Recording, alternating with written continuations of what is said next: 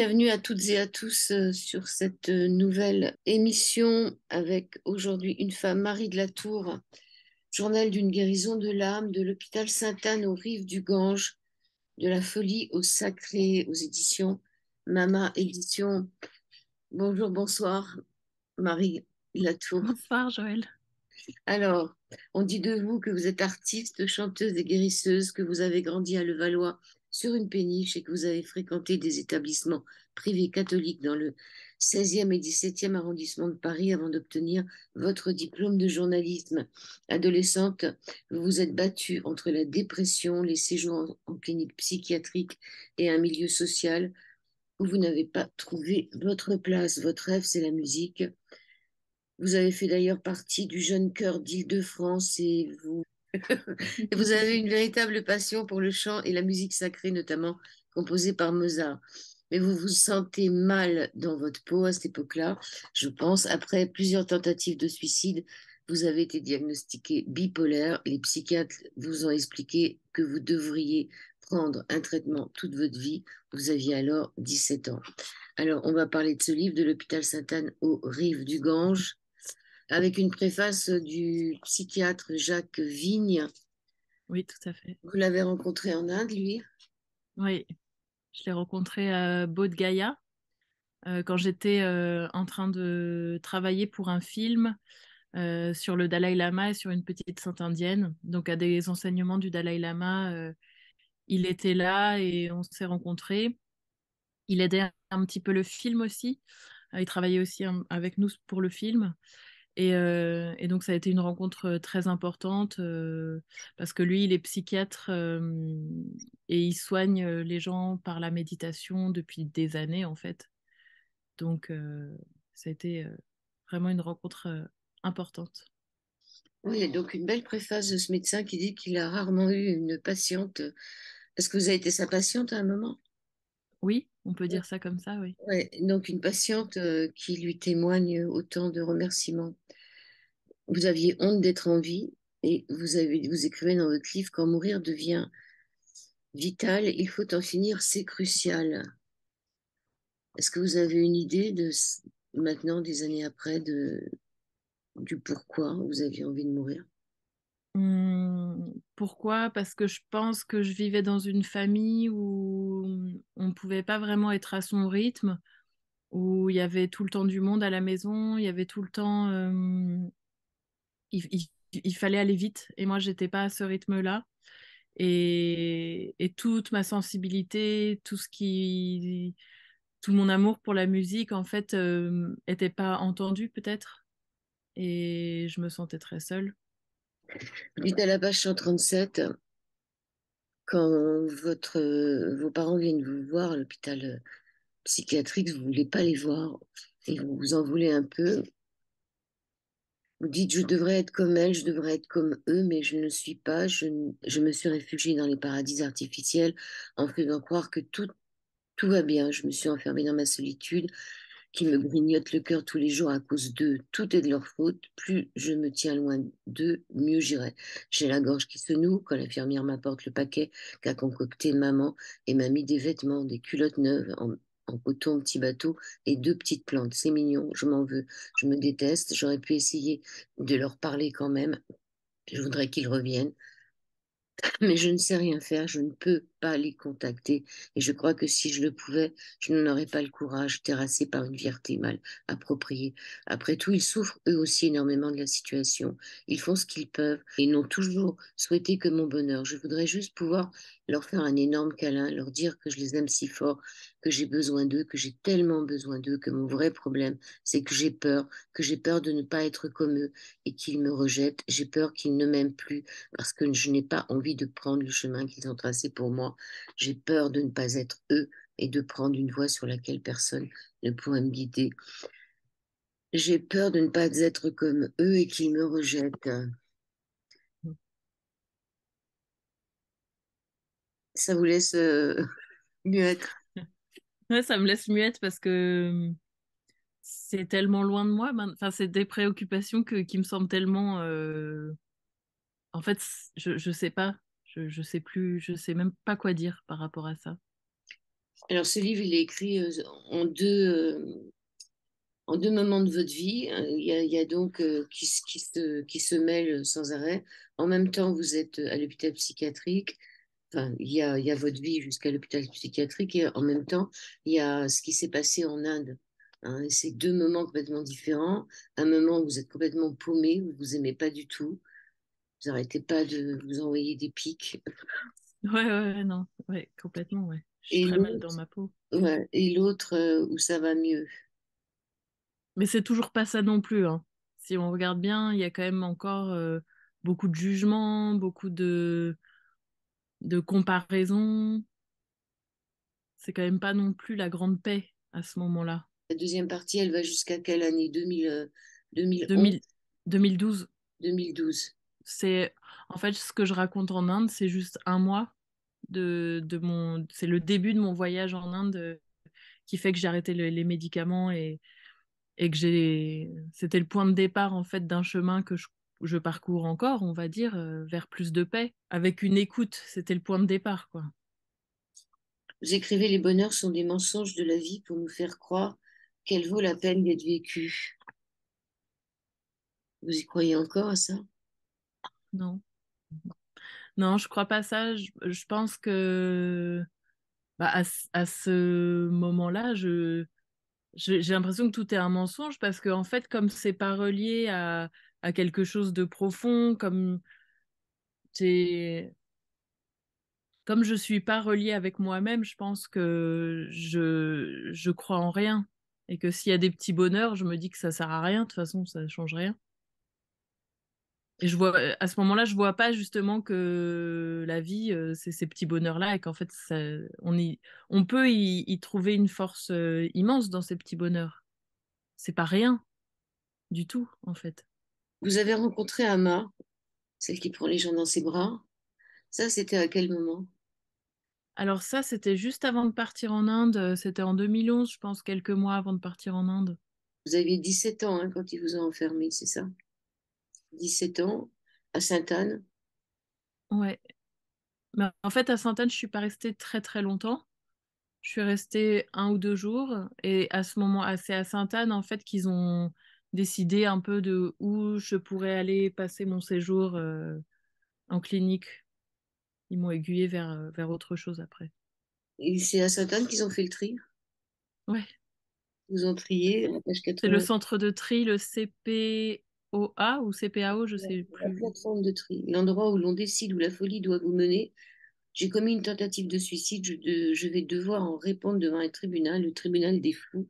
Dans la salle d'attente, j'attends mon procès. La lumière est noire, les gens sont gris. Une nuée de corbeaux passe dans cette baignoire de tristesse. Un seul se détache du groupe et me sourit. C'est mon tour. Donc, après, vous vous êtes retrouvé où? À Après, Saint-Ouen. après, je me suis retrouvée dans une clinique privée au Vésinet. Vous racontez quand même comment ça se passe. Hein. Vous dites que on vous met dans une chambre, on vous retire tout ce qui pourrait faire que vous pouvez vous faire du mal. Et pourtant, quand vous regardez la chambre, vous dites oui, finalement, je vois pas comment je pourrais me faire du mal. Et pourtant, vous arrivez quand même à avoir, avec un taille-crayon, à sortir une une lame, la lame de taille-crayon. Et c'était un moment du livre assez, assez étonnant, Trash. la réaction de l'infirmier. Ouais, enfin, bon. Ouais, ouais, bah, en fait, c'est aussi ça qui me fait. Enfin, quand on est dans ces états-là et qu'on a vraiment envie de se faire du mal, en fait, on y arrive. Il n'y a pas de. C'est à quoi. En fait, on s'attaque pas au. J'ai l'impression qu'à ce moment-là, je sais pas comment c'est aujourd'hui, mais à ce moment-là de ma vie, on s'attaquait pas aux causes. Si quelqu'un est malheureux, ben, il manque d'amour, en fait. Enfin, j'imagine. Enfin, en tout cas, moi, c'était mon cas. Il y avait vraiment un manque d'amour. Et. Et, et je voyais pas en quoi me retirer tout allait m'aider en fait. Oui, vous écrivez que vous vouliez vérifier, vous vouliez savoir si vous dites Marie, pauvre conne, t'es vivante au moins. À qui est cette chair? Y a-t-il toujours du sang qui coule? Est-il toujours rouge? Vérifiez, vérifiez, vérifiez. Sentir sa peau, voir sa chair et vider un peu de sang, une lame. Après, vous dites, ça aurait dû faire mal une fois, même pas mal. Plus profond, toujours pas mal. Des bulles de gras flottent dans le sang, c'est beau. Deuxième coupure, troisième coupure, quatrième. Je ne peux plus m'arrêter. Est-ce que c'est pas les médocs aussi qui vous avaient fait faire ça, non?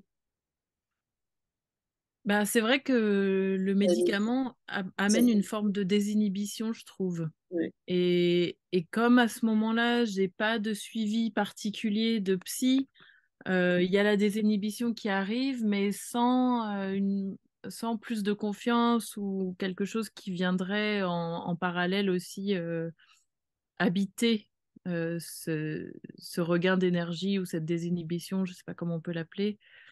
Donc, euh, donc c'est difficile de parler comme ça, mais et de dire c'est à cause des médicaments. Je pense que de toute façon, j'avais une envie de me détruire aussi.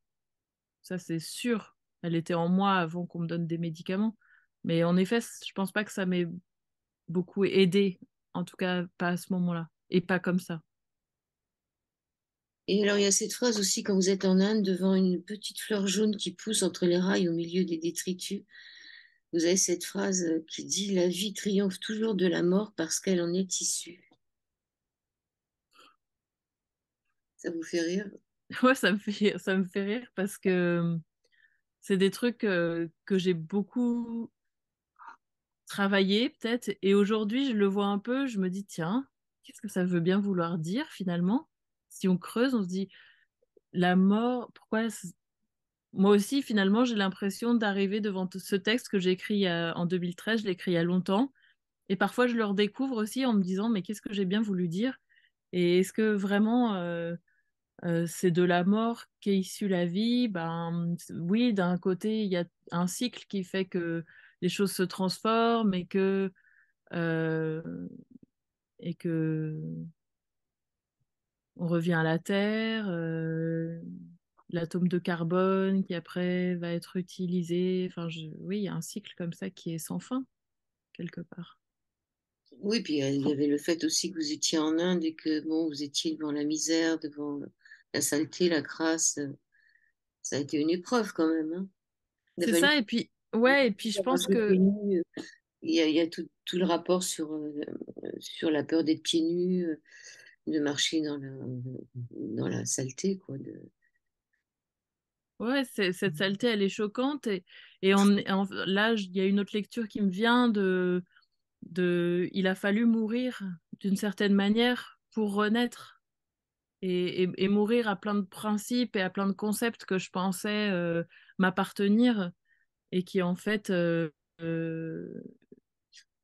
de m'en libérer m'a permis de vivre en fait. Il y a aussi cette histoire sur la nudité. Quand on est nu, on ne regarde plus le corps, seulement la blessure. Nous nageons dans le même purin, debout contre le mur. Elle attend son tour, regard bleu, l'intelligence et la grâce des signes. Ça, c'est un passage où vous vous êtes retrouvé à l'hôpital avec une autre jeune femme, je pense, dans les douches ou je ne sais quoi. Et quand on est nu, on ne regarde plus le corps, seulement la blessure. Là, c'était le nu imagé. On était en train d'attendre notre consultation à la clinique psy. Et c'était vraiment la nudité du fait qu'on nous ait enlevé tous nos trucs aussi, que tout un peu nos maquillages, voilà, on est là. Je pense que dans un autre contexte, on se serait pas vu. On se- Quand on est en clinique psy et qu'on n'a plus rien et qu'on nous traite un peu comme on a l'impression d'être, ouais, que notre intégrité a été déjà un peu bafouée quelque part. Donc c'est comme ça en tout cas qu'avec ma sensibilité, je l'ai reçue, quoi. Donc j'avais l'impression d'être à poil, d'être complètement vulnérable et elle aussi. Pas de visite avec les parents et pas de visite avec les co-détenus. Vous dites vraiment que vous étiez co-détenu. Et ça me fait penser que ce que j'ai un peu reproché à votre livre, c'est d'abord que vous avez beaucoup de phrases en anglais que vous n'avez pas traduites. Et ça, c'est un peu gênant pour les gens qui connaissent pas l'anglais. D'accord. connaissent pas parfaitement l'anglais parce qu'il y a quand même, c'est quand même des phrases un peu élaborées. Un autre Ok. reproche, mais qui est aussi marrant, enfin, qui est aussi de l'humour, c'est la description justement des marques de vêtements, de tout ce qui fait l'identité, puisqu'on parlait de la nudité, avec page 43 par exemple. Il y a beaucoup d'humour, mais il y a beaucoup de descriptions de marques de vêtements. Et vous dites chaussées de basket Nike, couleur Lego, nous nous contentons d'incarner le cliché que nous sommes. Notre présence occidentale se remarque. Dans le fumoir de verre posé au milieu de la salle d'attente, nous sommes deux crevettes projetées dans l'aquarium de carpe koi d'un restaurant chinois de Belleville. Bien que je sois tout à fait disposée à me faire pêcher par un prince perse, personne ne nous jette l'hameçon. Mais il y a beaucoup de détails sur les vêtements, sur les... c'est aussi du milieu dans lequel vous venez, hein. Bah, en fait, je pense que j'étais complètement obsédée par ça, en fait. On m'en a parlé aussi et ça m'a beaucoup étonnée. Je pense que j'avais complètement oublié cette partie de moi-même. Je pense que je l'ai laissé, après ce voyage, je l'ai quand même beaucoup laissé de côté.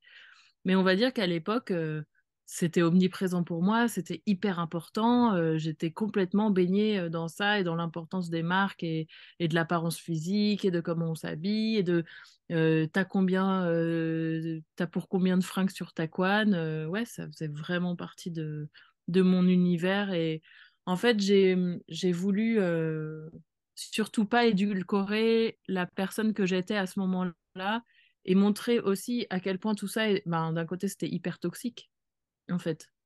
Moi, ça me faisait pas du bien d'être dans l'obsession comme ça des marques et tout. Oui, mais c'était le milieu dans lequel vous étiez, hein. Il y a aussi ce côté sur la légitimité du nom.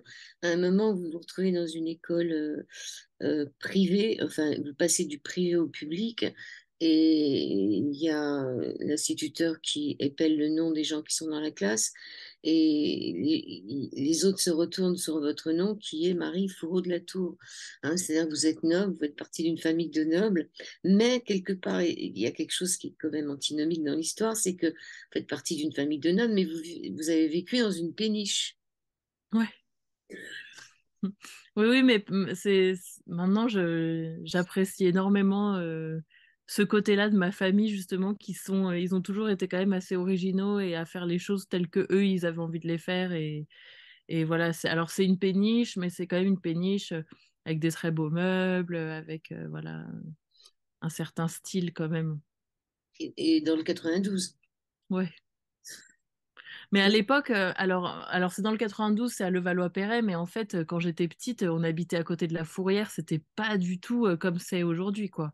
C'était des terrains vagues à côté de chez nous, enfin, c'était pas du tout aménagé. Levallois, c'était plein de garages, c'était pas du tout comme ça, quoi. C'était pas chic, Levallois.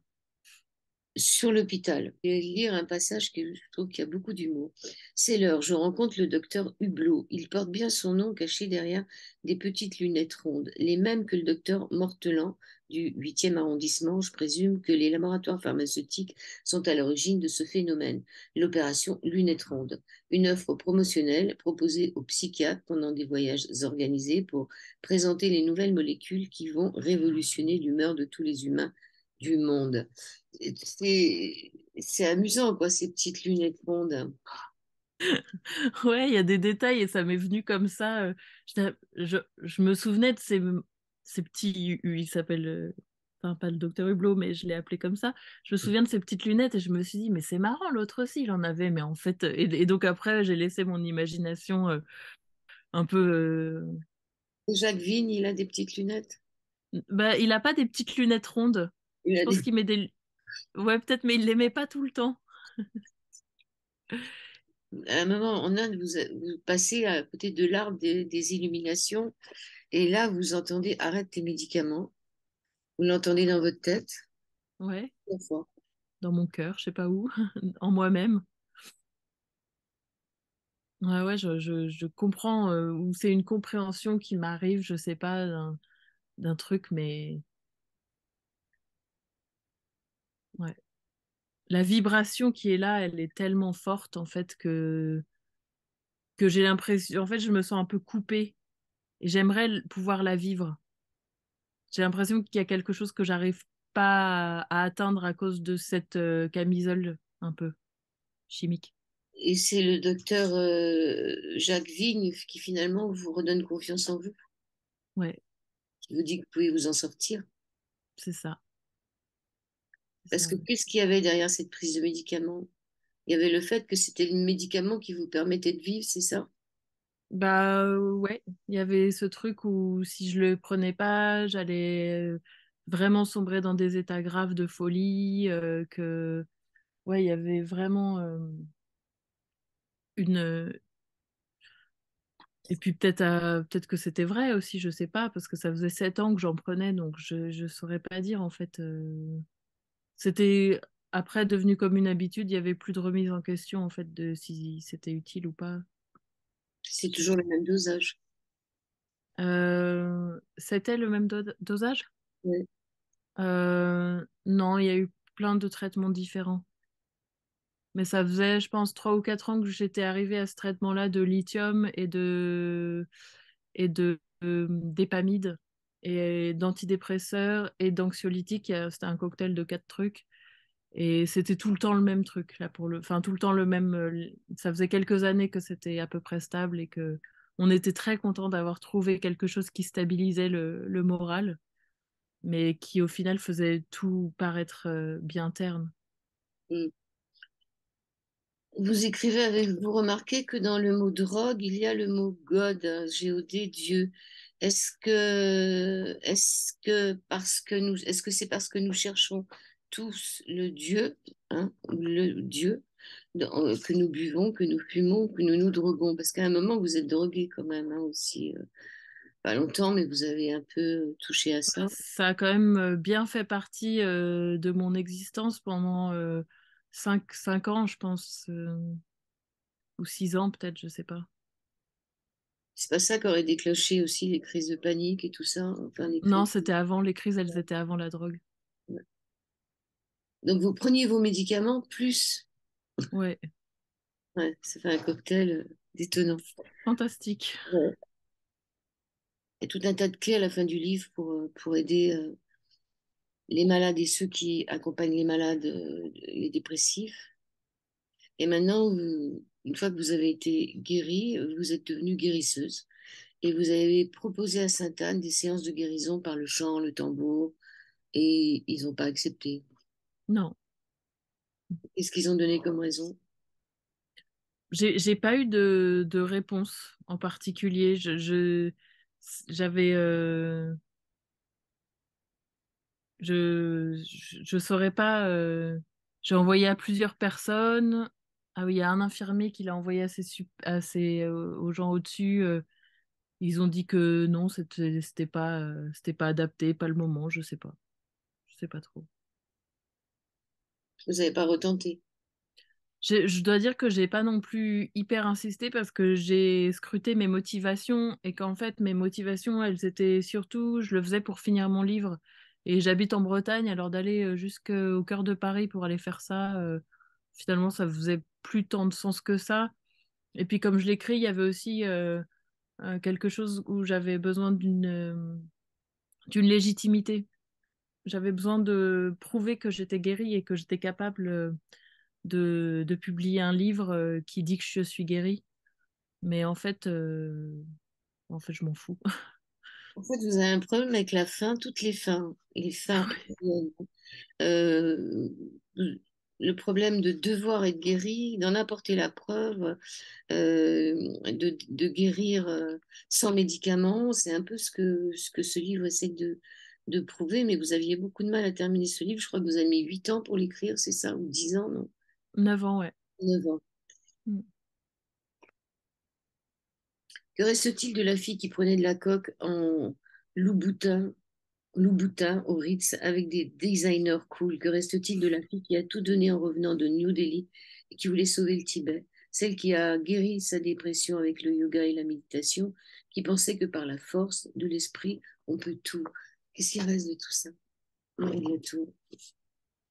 Il reste des nouvelles montagnes à gravir, on va dire, avec aussi une compréhension de moi-même par rapport à quelque chose que je vis aussi, d'une maladie musculaire en fait que j'ai depuis des années, et je pense qu'en fait j'étais pas déprimée, dépressive, folle ou quoi que ce soit, j'étais juste épuisée et que j'avais pas de reconnaissance, on savait pas en fait, on connaissait pas cette maladie et on savait pas comment elle s'exprimait.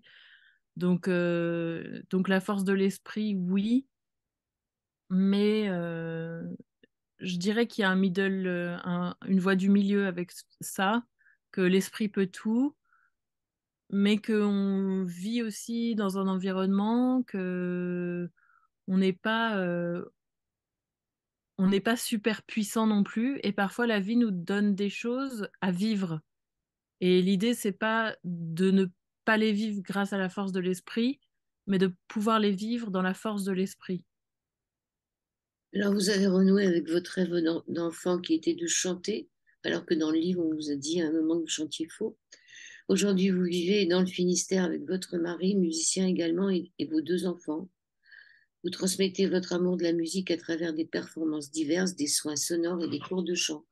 Est-ce qu'il y a des hôpitaux psychiatriques pas loin de chez vous? Vous pourriez peut-être aller taper là-bas. Bah, j'ai commencé un petit peu et puis en fait, j'ai dû vraiment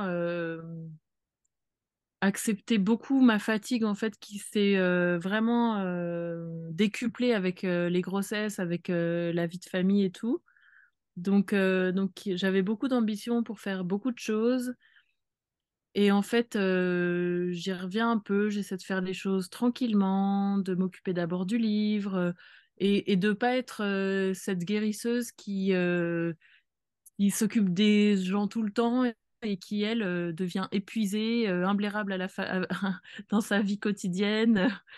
Donc j'en suis encore à devoir, j'ai encore ce chemin à faire de prendre beaucoup soin de moi, je pense, et de ma famille avant tout.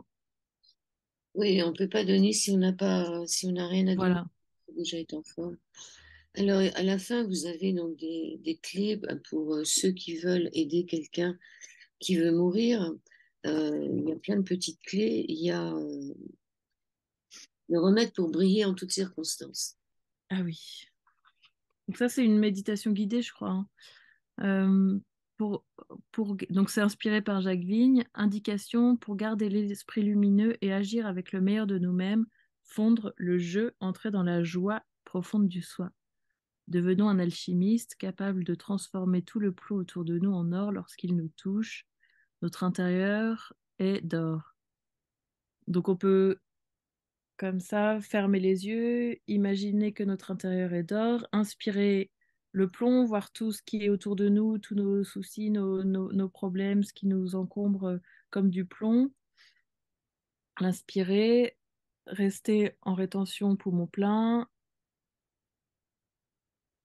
et en même temps que nous sentons le plomb se changer en or au contact de notre intérieur, nous expirons des rayons d'or magnifiques. Pratiquons cela assis seul, en faisant la vaisselle, aux toilettes, en cas de débordement majeur, en cas de contrariété épouvantable. Plus la situation extérieure paraît désespérée, plus le plomb est solide et nous donne matière à briller. Ça, c'est aussi très inspiré des méditations tibétaines qu'on appelle Tonglen, qui veut dire prendre et donner. Donc en fait, c'est assez incroyable comme méthode d'imaginer qu'on est capable, en fait, on est tellement lumineux, tellement brillant, qu'on est capable d'absorber tout, toute la fumée noire, tout le plomb qui est autour de nous, tout, tout notre esprit négatif. Et au cœur de notre être, on arrive à le transformer comme si on était de l'alchimiste, et hop, sur l'expiration, tout est transformé et on peut expirer de l'or à nouveau. On peut C'est faire bien, la je même chose pense. sur les choses qui sont en nous, peut-être. Pardon? On peut peut-être faire la même chose sur les choses qui sont en nous, c'est-à-dire inspirer le plomb qui est en nous et le transformer en or. Bien Euh, sûr. c'est quoi votre maladie? C'est une Myopathie, ouais. myopathie. Mais je peux en parler, enfin, je pense que ça sera un prochain livre. C'est les muscles.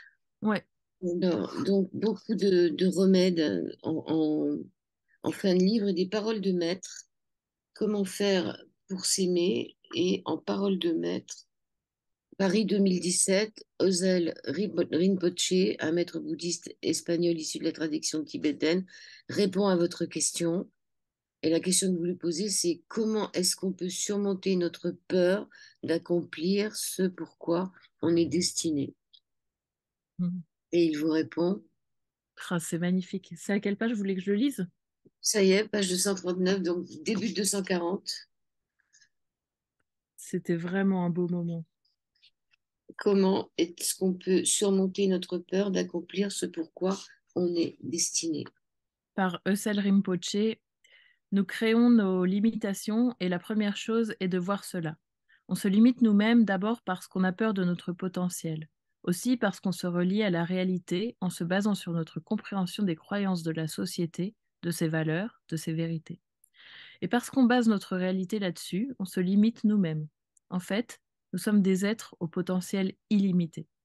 Si nous sommes vraiment qui nous sommes, si nous comprenons vraiment d'où nous venons et où nous allons, alors nous le verrons très clairement.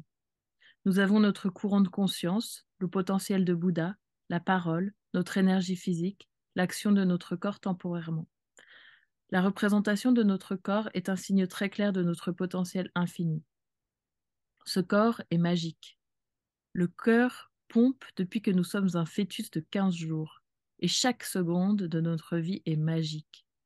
Cette existence, ce corps, c'est de la magie pure, qui représente le potentiel infini de notre claire lumière. Quand vous comprenez cela, vous comprenez que rien ne peut vous limiter, c'est impossible. C'est seulement la façon dont vous vous reliez à ce qui est solide, séparé de vous, indépendant, existant de son propre côté. C'est ce concept qui vous limite et qu'il vous faut casser. Comme une fleur qui s'ouvre, vous comprenez que vous pouvez faire absolument tout ce que vous voulez et qu'il n'est jamais trop tard. Oui, ça c'est important. Il n'est Mm. jamais trop tard, on est d'accord. Ouais.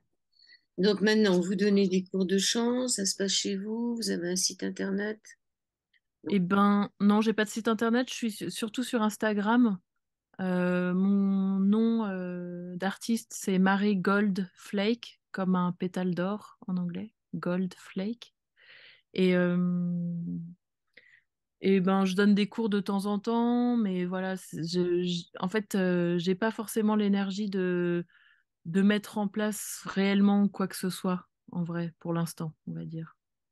Donc, Et vous avez ce livre qui s'appelle De l'hôpital Sainte-Anne aux rives du Gange, de la folie au sacré. Vous vous appelez Marie Delatour, Journal d'une guérison de l'âme. C'est publié chez Mama Édition.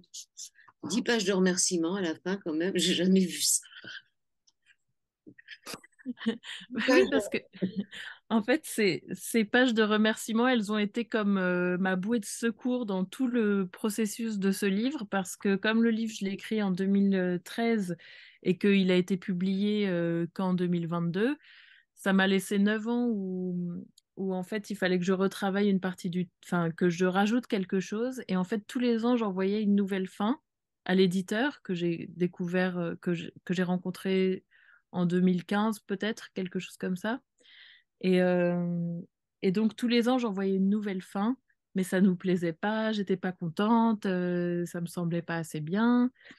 Et donc, en attendant, j'écrivais des remerciements et je rajoutais des gens que je rencontrais. Et donc, en fait, ces remerciements, j'ai mis 10 ans à mettre un peu les gens qui étaient sur mon chemin. Donc, ça fait beaucoup de monde à la fin.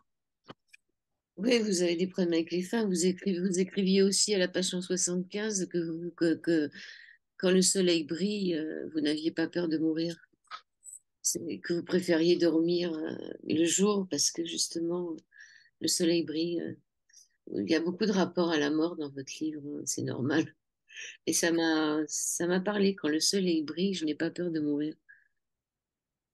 Ouais, mais en fait, c'est même avec la nuit, j'ai du mal à aller me coucher, j'ai du mal à la séparation. Ouais, je pense que ça me fait peur, quoi, de cette manière-là, tout Bon, en tout cas, simplement. vous en êtes sorti, donc il n'y a pas de raison que vous ne sortiez pas de votre myalgie, Myopathie, ouais. myopathie. Ouais. Et vous allez trouver une solution. Il n'y a pas de raison. Merci. Vous avez, D'accord. vous avez une phrase pour terminer l'émission? une phrase pour terminer l'émission. Jamais trop tard. Il est jamais trop tard. Et puis, il, il y a quelque chose qu'on perdra jamais, en fait. Quoi qu'il se passe, quelles que soient les épreuves, quel que soit. Il y a quelque chose dans notre cœur qui est toujours là pour nous et qui peut toujours être redécouvert. Et il suffit d'une respiration, il suffit d'une personne qui nous remet dans cette. Qui nous reconnecte à nous-mêmes et à cette intériorité. Et tous les chemins qu'on va faire pour réussir à aller vers cette lumière, ça sera peut-être dur, mais c'est tellement beau et c'est tellement fort ce qu'on réussit à comprendre, enfin à ressentir. C'est plus du ressenti, c'est au-delà de la compréhension mentale, c'est vraiment quelque chose de, qui se fait avec le cœur, quoi. Il y aura toujours une fleur qui poussera parmi les décombres. Merci beaucoup, Marie, de la tour. Merci Joël, Merci. merci beaucoup.